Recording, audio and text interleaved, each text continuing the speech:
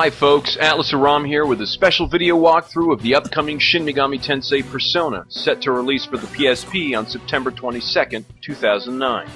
With the recent Persona 3 and 4 going down as two of the highest rated RPGs of all time, it's very exciting for us to be able to revisit and remaster the game that started the popular Persona series.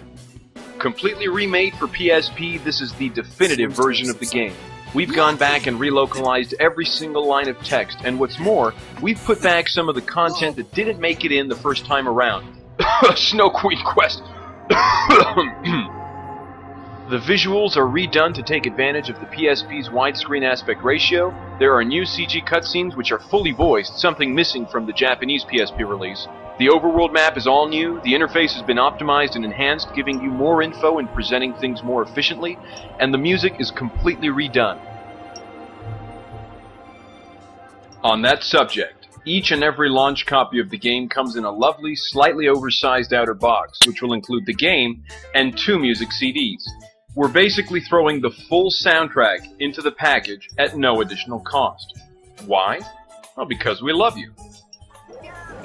Let's jump into some cool things about Persona for PSP and try to teach newcomers a few things about how the game plays in the process. Let's start with battles. Most people end up going through a ton of fights on the path to completing a typical JRPG, and while Persona PSP is no exception, fights aren't drawn out or tedious. There are tons of tools at the player's disposal to make fights as involved or as streamlined as desired. For example, here we'll show you a typical fight from start to finish, just to give you an idea of typical battle duration. Not too bad, right? Compared to some other JRPGs that make you sit through endless and repetitive spell animations, Persona's fights go by at a much more enjoyable pace. But it gets better.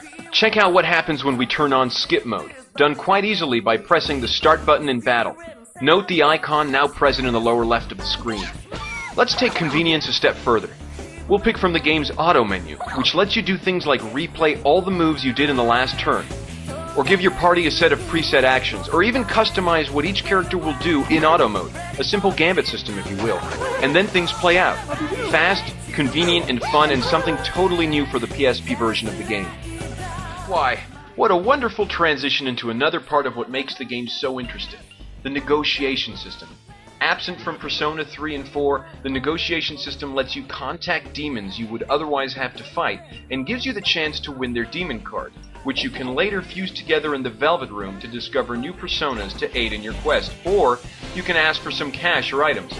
Of course, you can also blow it and end up scaring them off for having to fight them anyways. We'll get to the Velvet Room in just a sec, but let's take a look at a full negotiation.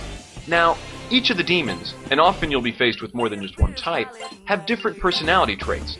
They could be foolish, timid, gloomy, etc., and it'll be up to you to try and guess which actions on your part will have the best results.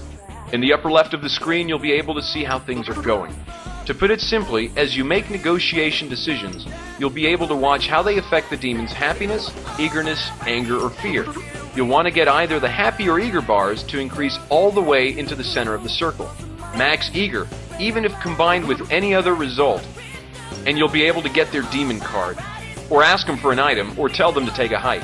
Max out their happy, and you'll still get a good result, but you won't have a shot at their demon card.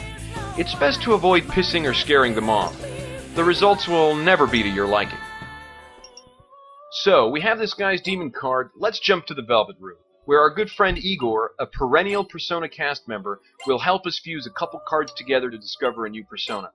It should be noted that in addition to simply combining cards, you can also throw an item into the mix and shake things up, maybe ending up with something even better than you would otherwise.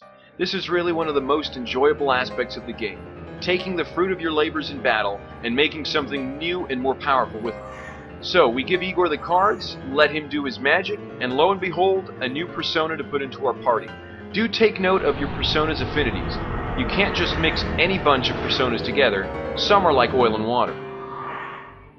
Let's do a quick run-through of some of the new stuff you'll find in Persona PSP. This overworld map, for example, is all new, and it's how you get around in the game. Both in this map and also in the areas you explore, you'll be able to hold the O button and sprint, something you couldn't do in the original PlayStation version released years ago. Here's another look at the lovely new CG cutscenes. Like we mentioned previously, they're fully voiced, something exclusive to the North American release of Persona on PSP. Your current self. We mentioned improving the interface, so let's touch on that real quick. In the original release, you couldn't see things like character affinities with personas, weapon or skill ranges on the formation editing screen, which characters can use which equipment, and what the stat benefits are in shops, etc. Like a lot of JRPGs, there are a lot of variables to consider when you're equipping your party. So it makes life a lot easier when you happen to navigate fewer menus just to get one bit of info. The gameplay balance has been restored to what it was in the original Japanese system. This means more random battle encounters and less experience from each victory. With the original North American version of the game for PlayStation, things have been changed to feature fewer random battles and more XP from them. Since characters recover skill points by walking, having fewer encounters translates into recovering SP a lot faster between battles, making the game much easier.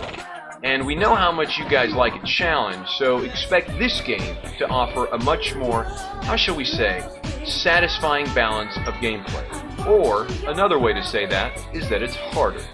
That's right, just the way you like it. We won't take you too far into the game's story, but we will say that you and your friends, a group of high school students, hear about an urban myth called the Persona game, which they're told will tell them their future. They give it a shot, but with rather disastrous consequences, as you can see here. Before long, the world is turned upside down, demons are running amok, but fortunately, you've also unlocked a hidden power within yourself, the power of Persona, and it's up to you to set things right.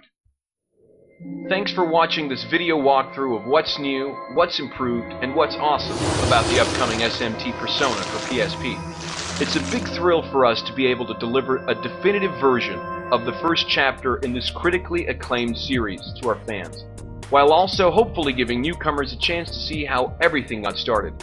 It's a special game, which is why we're making a special package just for it, and we hope all of you pre-order or pick it up at launch, enjoy your bonus music CDs, and get lost in the world of Shin Megami Tensei Persona when it releases on September 22nd.